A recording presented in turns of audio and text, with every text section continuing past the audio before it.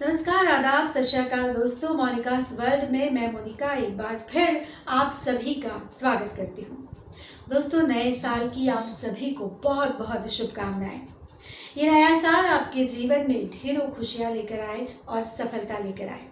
इस नए साल में आपको आपका लक्ष्य जरूर मिले, आपकी मंजिल जरूर मिले, यही मेरी ईश्वर से प्रार्थना है। दोस्तों, माफ़ी चाहूँगी, काफ़ी लंबे समय से मैं वीडियो नहीं बना पा रही थी। कुछ व्यस्तताओं के चलते मैं बहुत लंबे समय तक वीडियो अपलोड नहीं कर पाई, उसके लिए आप मुझे माफ़ कीजिएगा।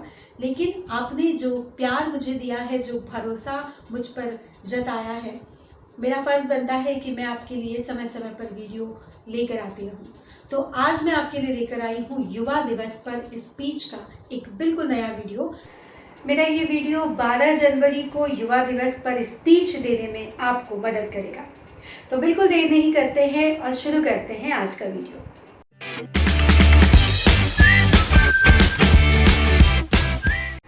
दोस्तों, 12 जनवरी को पूरे देश में राष्ट्रीय युवा दिवस मनाया जाता है।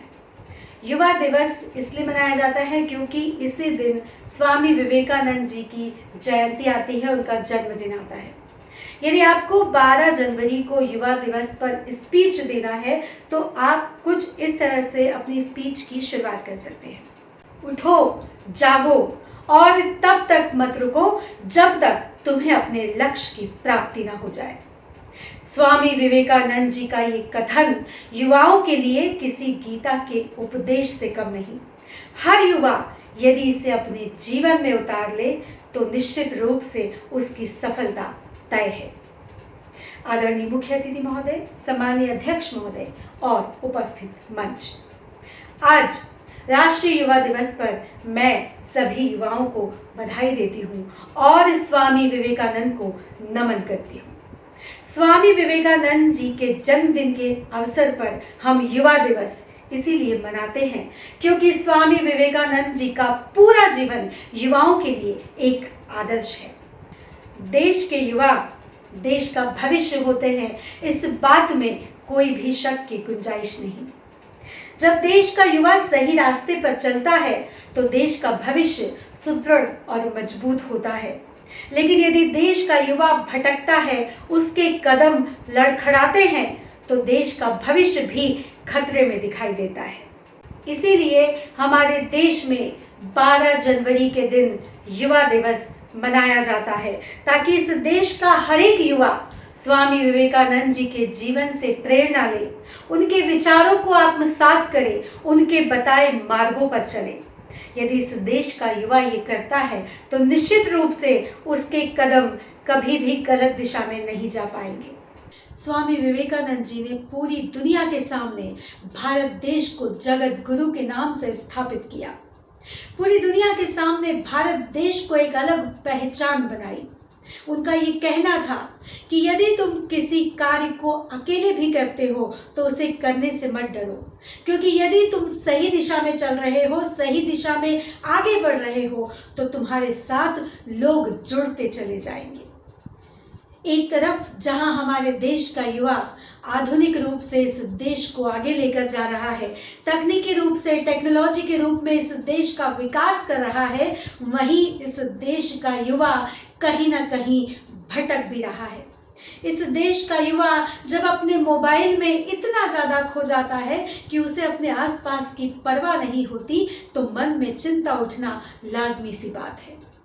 टेक्नोलॉजी और आधुनिकता के नाम पर जब किसी व्यक्ति को परेशानी में पड़ा देखकर उसकी तरफ मदद का हाथ बढ़ाने की बजाय जब लोग उसकी तस्वीर उतारने लगे, उसके वीडियो बनाने लगे और उसे सोशल मीडिया पर पोस्ट करने लगे, तो ये आधुनिकता, ये टेक्नोलॉजी, ये तकनीकी विकास मन में बहुत खलता है और दुख उत्पन्न करता है। जब आजादी के नाम पर, आधुनिकता के नाम पर इस देश के युवा के कदम लड़खड़ाने लगे, नशे के धुएं में वो लुप्त होने लगे और इस देश के भविष्य को अंधकार की ओर ले जाने लगे, तो ये आधुनिकता, ये टेक्नोलॉजी मन में नासूर की तरह तकलीफ देती है। जब घर के बच्चे, उनके पास माँ बाप के लिए वक्त ना हो, लेकिन फेसबुक पर उनके हजारों दोस्त हों जिनको वो जानते ही नहीं, जब घर के ही बच्चे अपने माँ बाप को वृद्धाश्रम में छोड़ने लगे और अपने पड़ोसियों को भी पहचानने से इनकार करने लगे, तो ये आधुनिकता कहीं ना कहीं चुभने लगती है। और निश्चित रूप से जब इस देश का युवा इस तरीके से अपने कदम को बढ़ाने लगता है, आधुनिक होने के नाम पर, आगे बढ़ने के नाम पर, विकास करने के नाम पर, तो ये आज़ादी, ये विकास, ये आधुनिकता मन में कई सवाल खड़े करती है। भय लगता है जब देश में युवाओं के अपराधों की संख्या में बढ़ोतरी होती है। डर लगता है जब देश में महिलाओं के साथ बलात्कार होते हैं, हिंसा होती है। डर लगता है जब देश का युवा अश्लील सामग्रियों को देखता है और उसमें बढ़ोतरी होती है, अश्लील म्यूजिक को सुनता है, संगीत के नाम पर भड़काऊ संगीत को सुनता है और अश्लील शब्दों का इस्तेमाल करता है, तो हमें ये लगता है कि इस देश का युवा कौन सी दिशा में जा रहा है, इस देश का भविष्य कौन सी दिशा में जा रहा है।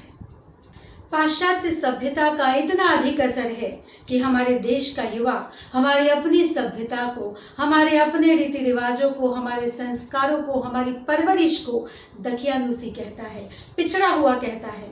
उसके लिए आधुनिकता उसकी आज़ादी है, उसके लिए आधुनिकता पाश्चात्य सभ्यता है, उसके लिए आधुनिकता का पैमाना वही पाश्चात्य सभ्यता है, जबकि वो ये भूल जाता है कि हम उस देश के वासी हैं। हमारा भारत देश वो देश है जिसने पूरी दुनिया को सहनशीलता और स्वीकार्यता का पाठ पढ़ाया था।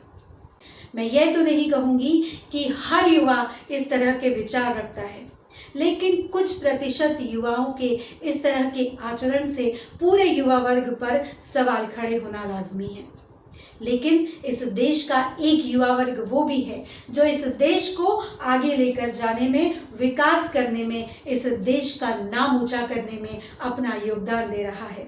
चाहे वो खेल का क्षेत्र हो, चाहे विज्ञान का क्षेत्र हो, हर क्षेत्र में इस देश का युवा आगे बढ़ रहा है और हमारे देश का नाम रोशन कर रहा है।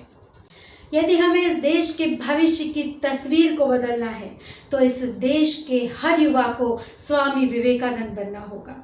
जब इस देश का हर युवा स्वामी विवेकानंद बन जाएगा, उनके आदर्शों पर चलेगा, उनके विचारों को आत्मसात कर लेगा, तो निश्चित रूप से इस देश का वर्तमान और भविष्य दोनों बदल जाएगा।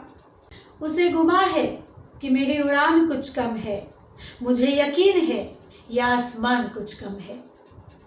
अपने जज्बों से, अपने हौसलों से इस देश का युवा देश को आगे बढ़ाने के लिए सक्षम है।